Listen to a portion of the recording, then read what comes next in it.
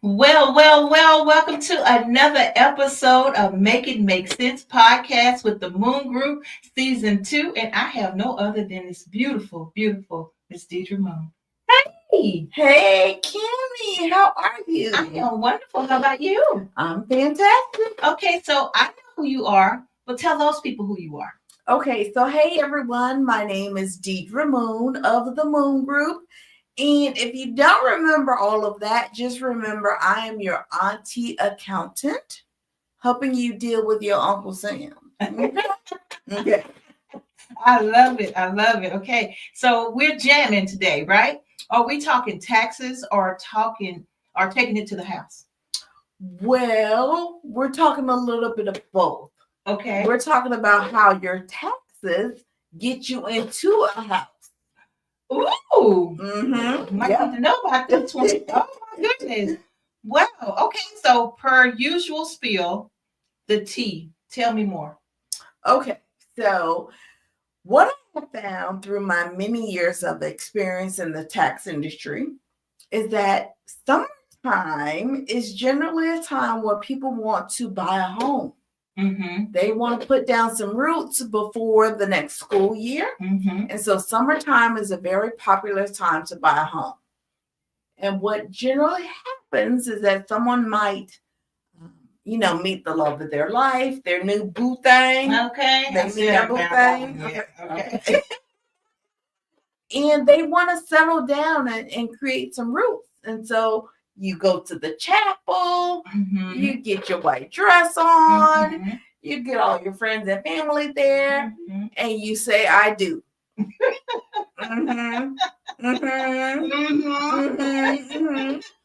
Well, then, of course, one of the next big steps can be, okay, we've said I do. Let's buy our first home together.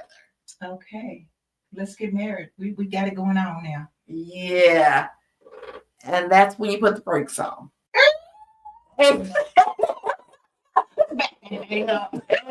Exactly. So very often what I see, Cammie, is that people come to me for tax help, and I'm happy to help them with that year round. Just so you and your listeners know, our firm is available year round, not just until April 15th. So they come into my office and they're super excited. They found the love of their life. They're ready to buy this home. And the lender says, let me see your tax return. Uh-oh. And then you hear the music going, dun, dun, dun. You looking like, oh. Right. You look like Home Alone, like. So what happens is that, now I'm going to be really candid with you, Cammie, as I always am, and our listeners. I'm going to be really candid. Okay. What I find is happening is that y'all be playing with them tax returns. Okay. Yes. People are putting anything on their tax returns. Sometimes it's fraudulent. Sometimes it's just not completely accurate. Yeah. And they don't realize that tax return will affect their home buying process. It does. What you don't know will get you. It will every single time, especially with Uncle Sam and the IRS, because though we all hate to hear this, right? We all, self-included, because I'm a taxpayer as well. So we all hate to hear that our tax dollars really help fund the country, from road work to schools to mortgages. Our tax dollars help fund all of those programs. Wow. Yep. Yeah. So, you do hear people always saying, I'm a taxpayer, with the ones who we think are privileged, right? But at the end of the day, they're right. They're our tax dollars that we're paying. That's correct. Wow. Amazing. Yeah. So it's so interesting in our country that, unfortunately, we as an educational system, our country as an educational system, we don't, in my opinion, put enough effort into teaching us Americans about the tax code. And this is one thing that we all have to deal with our entire life. Yeah. The moment you get your first job at Dairy Queen. What was your first job, Tammy? Oh my Lord. I worked at Jim Danny's Chicken in Dallas, Texas. You know what? We have that in common. My very first job was at a chicken place in Georgia. It was a little chicken place called Mrs. Winter's Chicken. Oh, wow. So we started out in chicken together. No, we didn't even know it. Well, there you go. Okay, but I can remember at 16 getting my very first paycheck and it not being what I expected. Mm-hmm. Now, I know I'm probably older than you, Cammie, and older than a lot of people. But at that time in the 80s, minimum wage was about $2.15 an hour. Oh, wow. Can you imagine that? Right. How can you live? Minimum wage was $2.15. So, I've always been really into numbers. Mm-hmm. That's why I'm an accountant. Mm-hmm. Go figure. Mm-hmm. Okay, so I can remember back when I was 16 and I worked my little 4-hour shift per day and I had 20 hours on my check. 20 hours at $2.15. Oh, I knew what I should be able to put into my bank account, but it wasn't. It was less. And right then I started to figure out, where is my money going? Because it wasn't coming to me. Right.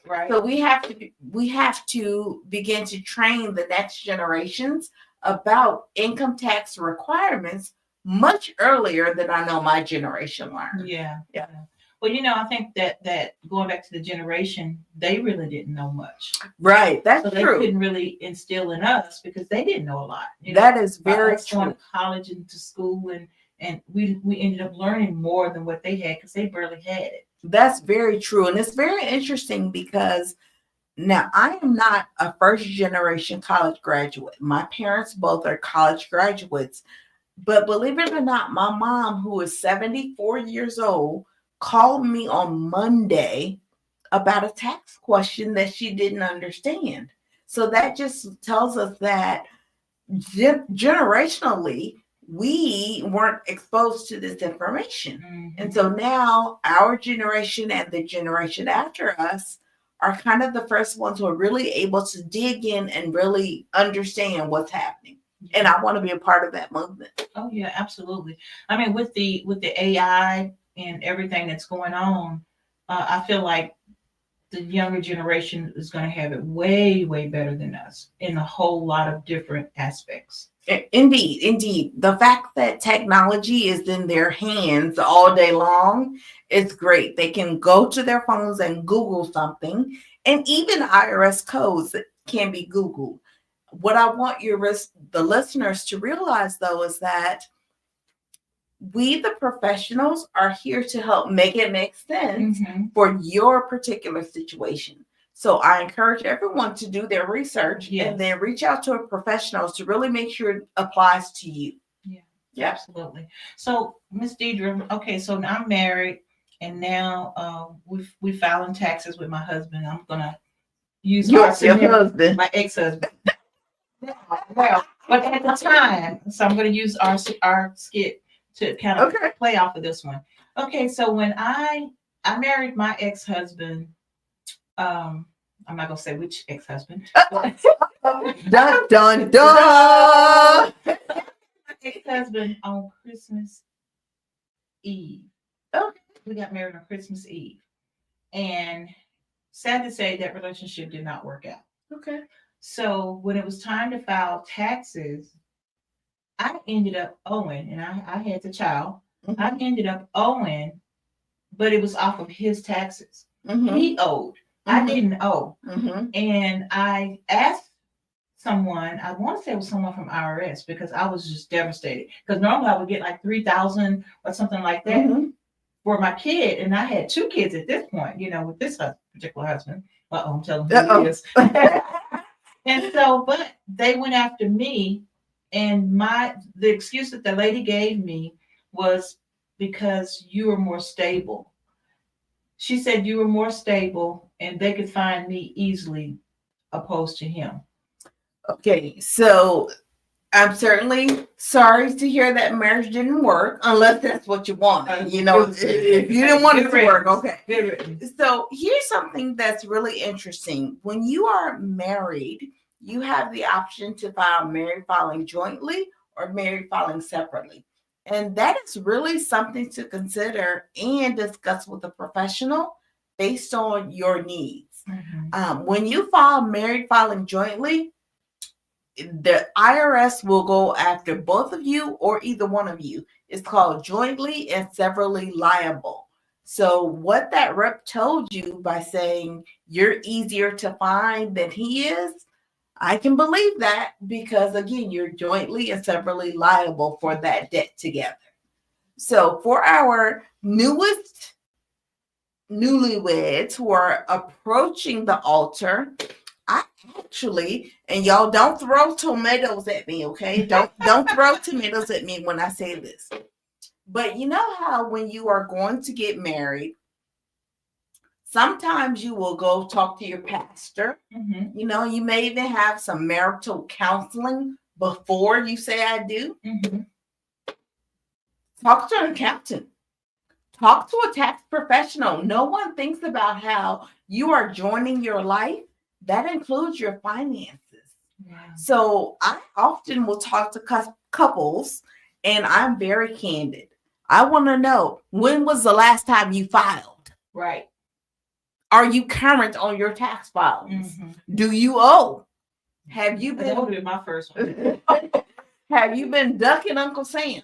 Because when you stand before God and all of your family and you say, I do, you're telling Uncle Sam you do as well. And Uncle Sam is very unforgiving.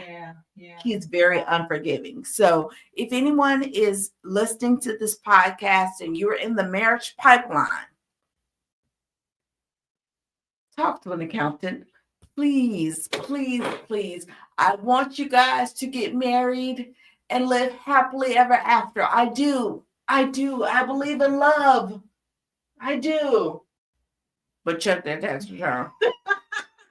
We're going to take a quick break, and when we come back, we're going to go through some slides that Miss Deidre has gotten for us, and she's done her research, and man, let me tell you, she got a lot of stuff cooking. So we'll be back.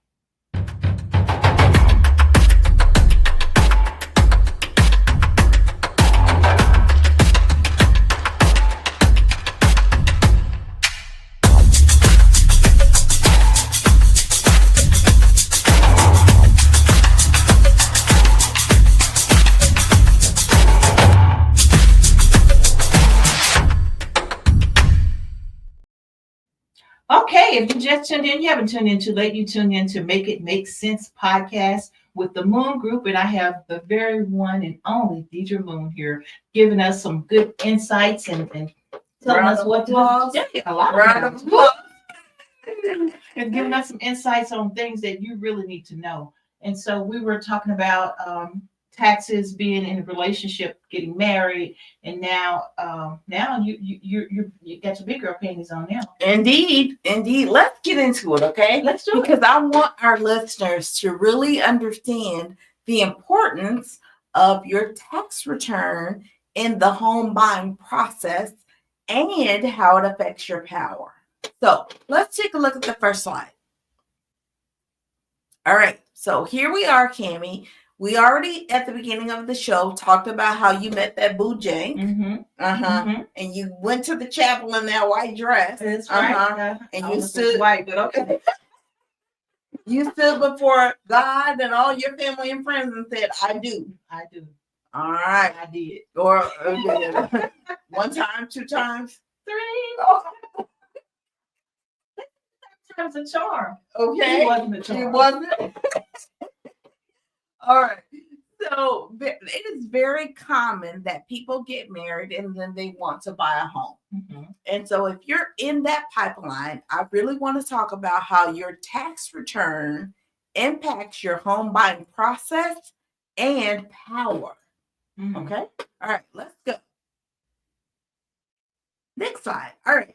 So here are 3 amazing properties, right? Yeah. So what we're talking about today, it doesn't matter if you want to buy a single family home a townhouse, or a condo, if you are in the home buying pipeline, this is important to you.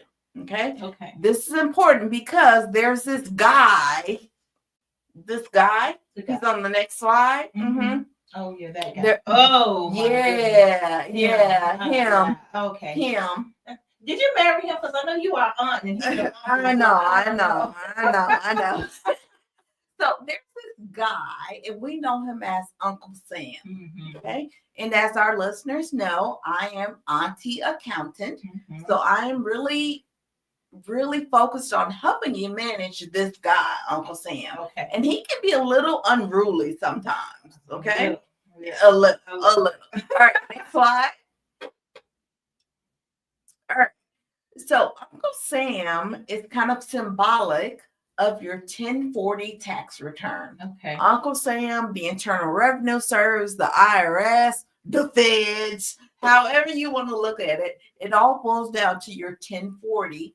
And your 1040 tax return directly affects your home buying process. Oh, wow. Meaning, real quick, you guys, if you have not filed your tax return for the 2 most recent years, you are not prepared to buy a home. Really? Absolutely. Because the lender, immediately after they get your name and your date of birth, they're going to ask to see your tax return. That's right. Wow. That's right. Then they will check your credit. So I would have thought credit was first. Well, credit shows you the pattern in which you pay your bills, but your tax return shows if you got some money. And that's what they want to know.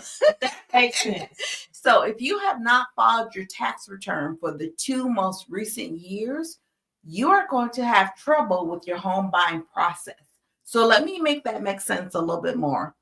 Make it make sense. Okay, so let's say, Kimmy, you want to buy a home this year, 2025. Okay, maybe it's a condo, maybe it's a townhouse, maybe it's a single family home, maybe it's even a duplex, You want to buy that here in 2025. Okay, your lender is going to ask for your 24 tax return and your 23 tax return. Oh, wow. Yeah, they do what's called a 2-year look back. So just remember, whatever year you want to buy, you have to have filed your 2 most recent tax returns. Oh, okay, so let's say you decide to wait until after the holidays. Christmas is too busy. And so right at the top of 26, you're ready to buy. You're going to need to provide your 25 and your 24. Wow. Right. So I encourage everybody. Now, this is just my professional opinion. Certainly seek out professional advice for your situation. But buying in January is always going to be difficult because the lender will want to see your tax return from the most previous year. You haven't even done it yet. I get it. Yes. So don't go out there and fall in love with the house and want it now, and you haven't even done your tax return yet. Right. You're going to run into trouble. So save yourself a little bit of that heartache. But bottom line, know that your 1040 directly affects your home buying process and your power. Okay? Yeah. So next slide. All right. Your tax return matters. And what I want our listeners to know, Cammie, is that many of our listeners, especially those who work with the Moon Group, are business owners, right? Now, I'm going to be real candid, as I always am. And we have had a conversation before about being bootleg. Right. We have now. Some of y'all be out there bootlegging. Some of y'all don't have your paperwork in order. You have not done bookkeeping. You have not filed your business income. All of that matters to Uncle Sam, and particularly in the home buying process. So when I say make sure you have filed your tax returns properly, I am referring to your individual, which includes your business. So you as a person and your company. All of that matters together. So you guys, Now, y'all know that I'm a little old, and I was a fan of the show In Living Color back in the 90s, right? Okay. There was a segment where there were two homeboys in the alley, and their segment was more money, more money, more money. Mm-hmm. They were selling some of everything out of the trunk of a car, okay, in the alley. Now, the reason why I'm bringing that up, Cammie, is because who you choose to assist you with your tax return matters. Yes. Y'all, yes. Don't be in a back alley with somebody in his trunk talking about more money, more money, more money, because it's going to severely impact your ability to buy your home. Okay? All right, so it matters, you guys. All right, next slide. All right. You're probably looking at this slide and you're going, what in the world is all of that? What is that? Well, for those of you who are business owners, the very first picture is a picture of your EIN letter. Yes. Okay.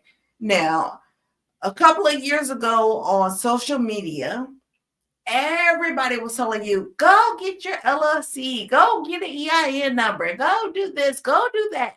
And those things are valid. However, there has to be some support behind those suggestions. Just going to get your EIN number can be a little tricky if you don't know what EIN number to ask for. Right. And again, Uncle Sam is kind of unforgiving. So if you ask for an EIN that has a filing requirement other than April 15th, did you know there were other tax deadlines, Cammie? No. Yes, there are. April 15th is not the only deadline, and your EIN letter tells you what your deadline is. Wow. Right. So what happens is that people go get these EIN letters, they don't know exactly what it means, and they miss the filing requirement. Listen, Uncle Sam hands out penalties. Ooh. like dinner mints. Oh my goodness. Only one who goes to, I think it's Olive Garden, and they give you the little chocolate mints at the end. I always want more than one. Yeah, I might want. I might want like 3 or 4 or 5 of them. That's how Uncle Sam hands out penalties. Oh wow! As frequently as you want those mints, he passes out penalties that way as well. Oh wow! So I said that to say, just make sure if you are requesting an EIN number, you know which tax return that goes on and when that tax return is due, because not all of them are due on April 15th. Right. Yep. You know, I discovered with this, I got a letter from the city of Virginia Beach. Okay. And they were asking for, and I'm like, didn't we just do this? How many times do they actually do? Okay. Taxes? Okay. So, and you know, Cammie, when you say the word taxes, there are so many taxes that we as individuals and we as businesses have to pay. So the first thing I like to do when I speak with a client is to really identify which taxes are you referring to. Okay. So you specifically said the city. Okay. Well, there's a difference between if you provide a service like we're doing here, or if you provide a product. So let's say, for instance, and I'm going to use this example because so many of our young ladies, they have hair bundle business. They sell the bundles for the hair, right? So the bundles are a product versus what we're doing here today is the service. There's nothing physical that I receive from you or that you receive from me. We are providing a service. Bundles is a product. So bundles have certain product taxes that have to be paid monthly and quarterly to the city. Then you also have state tax requirements that happen quarterly and biannually. And then you have federal requirements that also happen quarterly and annually. Oh, wow. So your question is really loaded, Cammie, and I can't answer it specifically, but I tell all business owners, speak with a professional. It certainly can be me and my firm. That's right. But if not the Moon Group, just get some professional help, because the IRS, the state of Virginia, the city of Virginia Beach is very unforgiving, and they hand out those penalties like mint. Yes, they do. All right, next slide, please. All right, so very often, as I mentioned, on social media, you'll hear somebody say, "Oh, well, let me go get my LLC." You know, y'all, listen. Linda. Listen, Linda. So I know that there are tons of great influencers on Facebook and Instagram and TikTok. Mm-hmm. Tons of them. And then there are some that are not as knowledgeable. So guys, I know you hear, go get your LLC, and that's fine.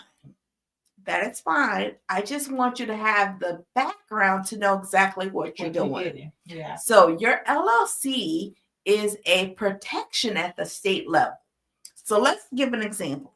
Let's say you're selling bundles, okay? And you have the best Peruvian, Brazilian flow ever.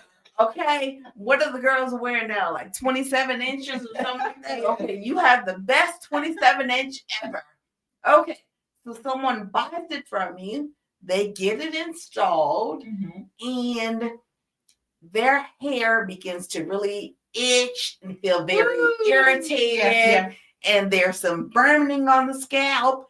And, you know, in the words of Beyonce, you're patting your weave, baby. You're patting your weave because it's itching and it's aggravated. Yes. And you get to the point where you've got to take this stuff out. Well, number one, you're upset because you probably just paid $600 or $700 to get it installed. Mm-hmm. You probably paid $600 or $700 for the hair. Mm-hmm. And then now your scalp is aggravated. Oh, wow. So you're going to the emergency room. They're giving you some topical cream. You now have an emergency room bill of $1,200. Mm-hmm. On top of it all. On top of it all. Okay. So now you are upset. You think? Or as my grandmother used to say, you're upset. Upset. You are upset. And now you want to sue the person who you bought that hair from. You want to sue that person. Yeah. Well, if that person has organized their business as an LLC, you cannot sue them personally. You can only sue the business.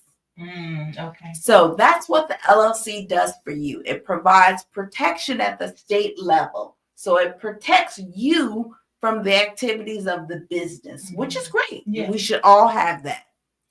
However, the federal government considers an LLC as what's called a disregarded entity.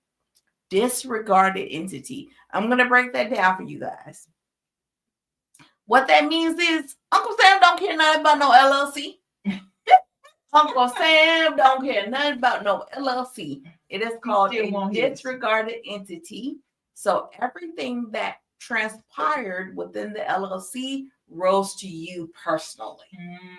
Okay, so that's very important. And again, you guys really need to speak with a professional. Y'all, please do not keep DIYing this stuff. Yeah. Because when you come to Auntie Accountant and you have these bills from Uncle Sam where you owe $20,000 and $30,000, I'm gonna help you, but it's gonna cost you. Yep. So let's just get it right the first before we get it wrong. Yeah. All right. Next slide, please.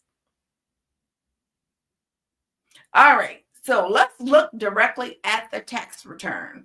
When you look at your tax return, page 1 of your 1040, all of the numbers are important, but particularly for home buying, you want to look at your adjusted gross income, which is on line number 11. Mm-hmm. That number is your buying power. Okay, let me tell you what that means. So what happens is the lender will do a 2-year average of your 2 tax returns. You know, as I said, 23, 24 or 24, 25. Okay. So let's just say that your average of line 11 for 2 years is $50,000. Okay? The average on line 11 for 2 years is $50,000. When you go to your lender is going to look at that AGI, line number 11, 2-year average, and they're going to multiply that number by about 6. Okay. So again, the average is 50,000. Multiply that by 6. You now qualify from an income perspective for a home up to $300,000. Got you. Okay. That AGI is your buying power. And some lenders would even multiply it by 6.5. So you may even have more. Now, Cammie, you might be thinking, wait a minute. If my AGI is 50,000, these people gonna loan me 300,000? And the answer is yes. That's how it works. That's exactly how it works. So it's important. It's very important to know what your AGI is on a 2-year average. Multiply that number by 6, and that's about what you can qualify for. So I'm going to give you some homework, Cammie. You don't have to do it right now, but I want you to do it in your off time and tell me what you come up with. Okay. So I want you to take the 50,000 average that we're working with, multiply it by 6. That gives you $300,000, right? Right. I want you to Google homes for sale in your favorite zip code. Okay. And see what your $300,000 can buy you. Ooh. Right? Right? Homework. I do that, Cammie, because very often we don't know our buying power. You know, we might be thinking, I'm only making $50,000 a year. No one's going to loan me any money, but they absolutely are. So if you're interested in being a homeowner, and I understand home ownership is not for everyone. Right. But if this is for you, take that AGI, do a 2-year average, multiply it by 6, and then Google homes for sale in your favorite zip code. Ooh. And if you need help with that, of course, the Moon Group is available year-round to help you make it make sense. Yeah, I love it. Absolutely. All right, next slide. So, what I want you guys to remember is how you present your tax return matters. Yep. How you present your tax return matters. And you can go to somebody who is not experienced, like the guys in the alley. Talk about more money. Or you can come to a real professional who can help you see how your tax return can get you into the home of your dreams. So you can get with this, or you can get with that. But I'd rather you do this. Because this is where it's at. Bottom line is, you guys, your 1040 matters. Last slide, please. Next slide. And if any of this resonates with you, one more. Go back one, please. There you go. If any of this resonates with you, if you've been thinking about home ownership and thinking you were nowhere near because your income isn't a bazillion dollars, I encourage you to text my office. Yes, you can text us. Text the word house to 833-864-1040. I love it. Text house to 833-864-1040, and one of my team members will get in touch with you so we can help you make it make sense. I love it. Thank you. You're welcome. I feel so empowered. We know some stuff around here. Up in here. Deidre, it is so good to have you. I mean, I look forward to every first of the month because I know we're going to get some good, juicy stuff. Thank you, Cammie. Thank you guys for joining us. If you are in that marriage pipeline, ask for the tax return right after you get the ring. It doesn't matter. Marriage 1, 2, or 3, okay? Just make it make sense. How about that? Indeed. All right, until next time, right here, SKST Radio, the Moon Group, make it make sense. See you next time. Bye.